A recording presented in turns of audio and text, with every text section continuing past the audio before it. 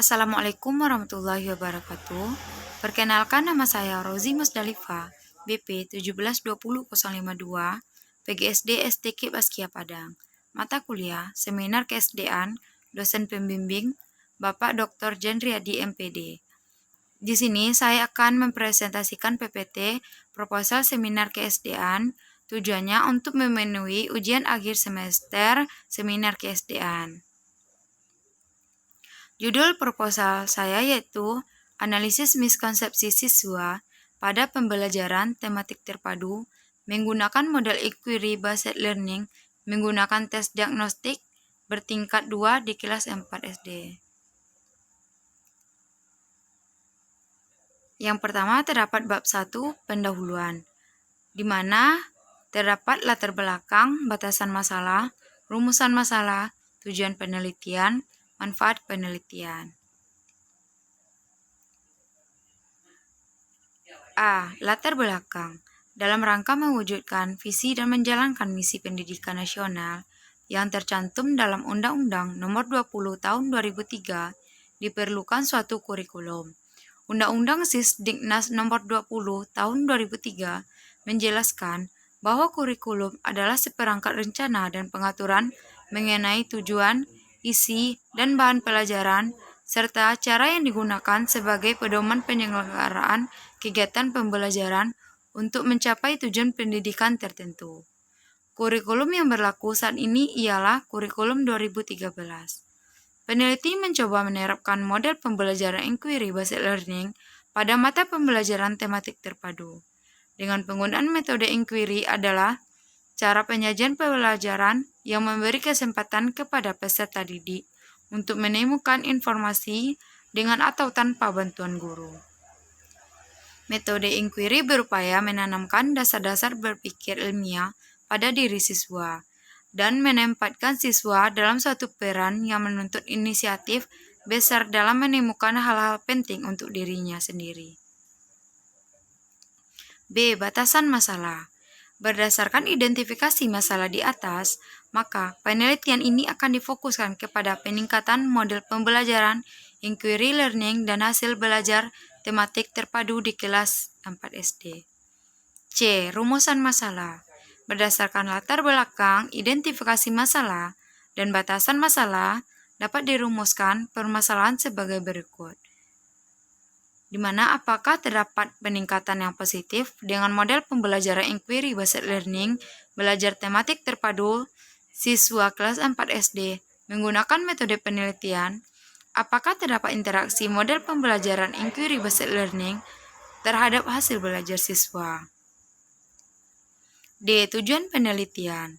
Berdasarkan rumusan masalah di atas, maka tujuan dari penelitian ini adalah yang pertama, untuk mengetahui peningkatan penggunaan model pembelajaran Inquiry Based Learning terhadap hasil belajar tematik terpadu kelas 4 yang menggunakan metode pengembangan analisis miskonsepsi siswa.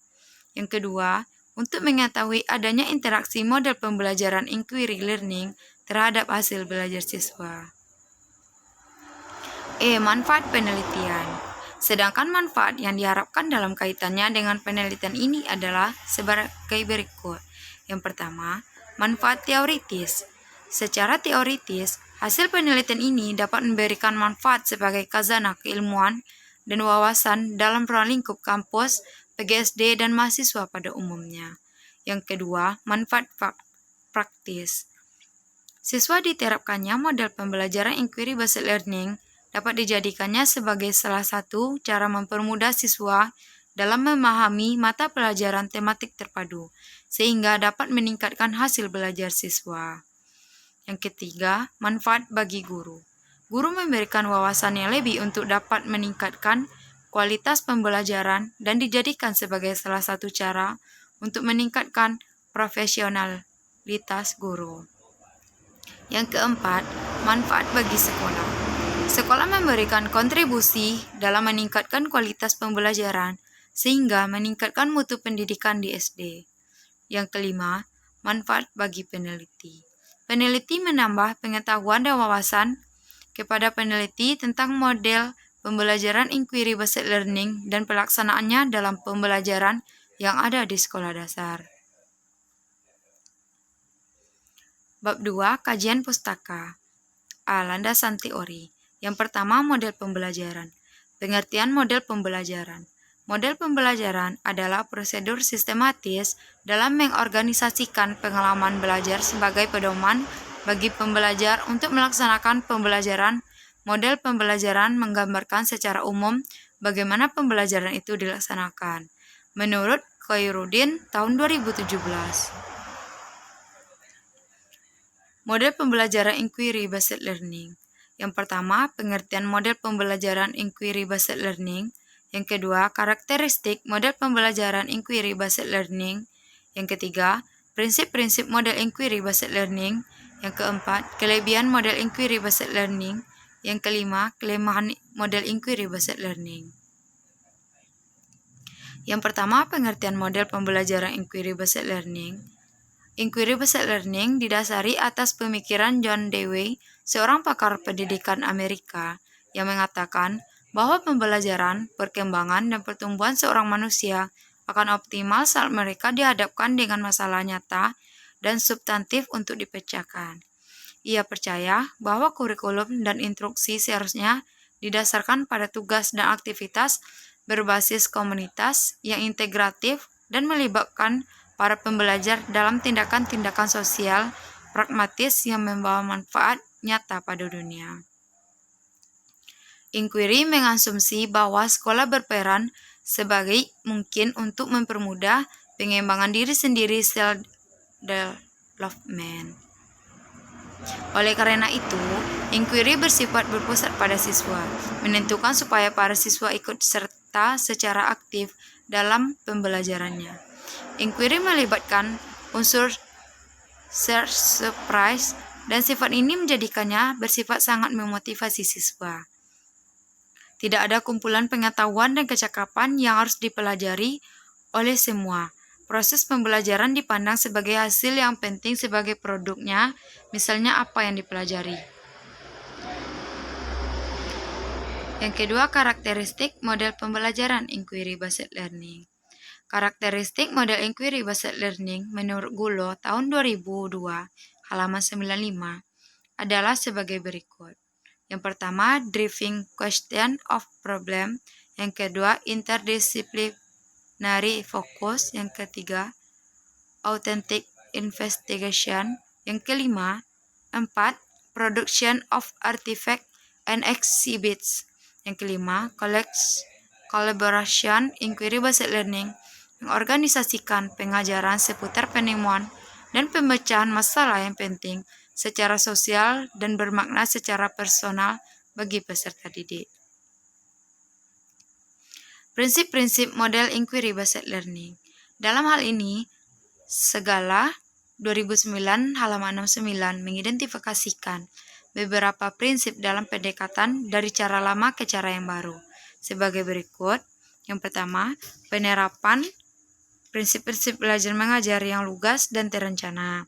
Yang kedua, mengacu pada aspek-aspek perkembangan sesuai tingkat peserta didik. Yang ketiga, dalam proses pembelajaran menghormati individu peserta didik. Yang keempat, memperhatikan kondisi objektif individu bertitik tolak pada perkembangan pribadi peserta didik.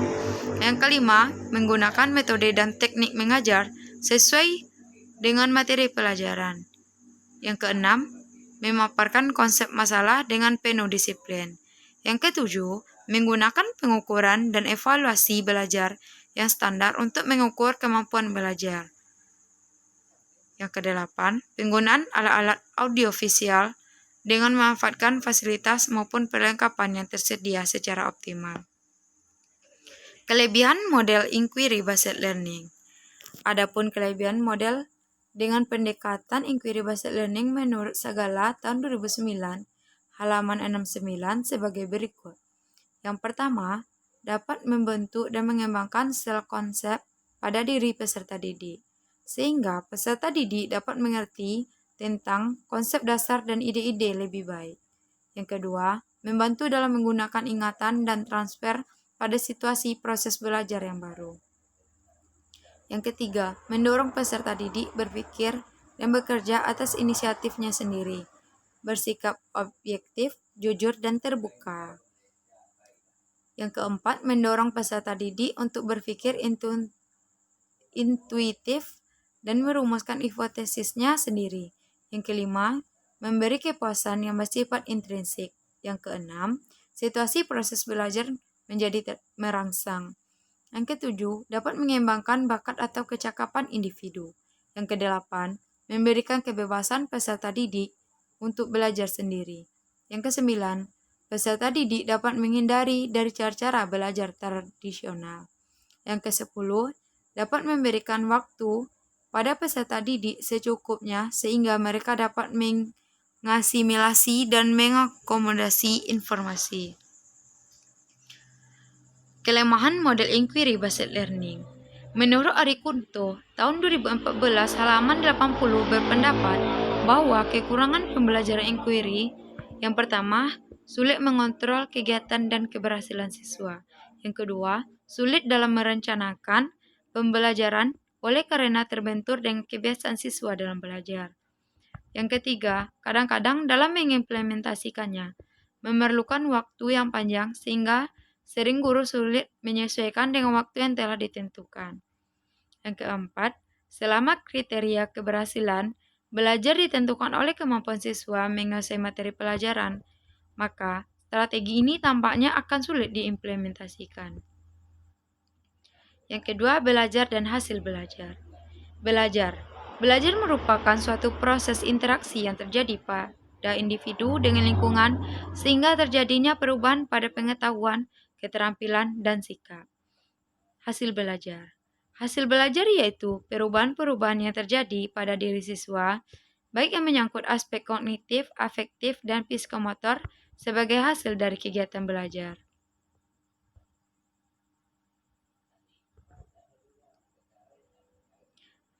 Tiga, pembelajaran tematik terpadu. Yang pertama, pengertian tematik terpadu. Yang kedua, tujuan pembelajaran tematik terpadu. Yang ketiga, pembelajaran tematik terpadu di SD.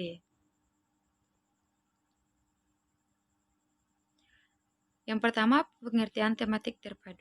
Konsep pembelajaran tematik merupakan konsep pembelajaran terpadu yang menggunakan tema untuk mengaitkan beberapa mata pelajaran, sehingga saat memberikan pengalaman bermakna kepada murid.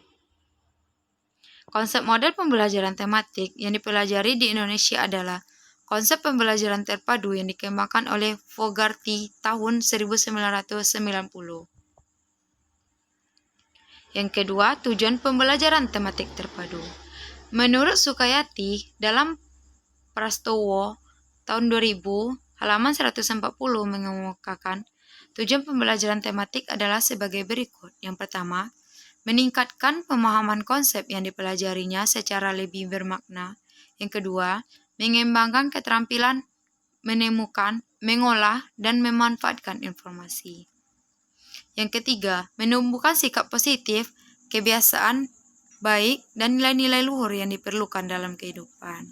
Yang keempat, menumbuhkan keterampilan sosial seperti kerjasama, toleransi, serta menghargai pendapat orang lain. Yang kelima, meningkatkan gairah dalam belajar. Yang keenam, memilih kegiatan yang sesuai dengan minat dan kebutuhan para siswa. Yang ketiga, pembelajaran tematik terpadu di SD. Untuk implementasi pembelajaran tematik ada beberapa komponen yang perlu dibahas dahulu seperti metode, penilaian, media, langkah pembelajaran, dan peran guru.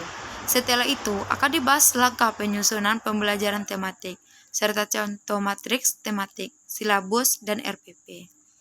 Metode yang digunakan dalam pembelajaran tematik bermacam-macam agar siswa tidak bosan, seperti bermain peran, tanya jawab, eksperimen, bernyanyi, pemberian tugas, pameran, pemecahan masalah, diskusi kelompok, pengamatan, latihan, dan lain-lain.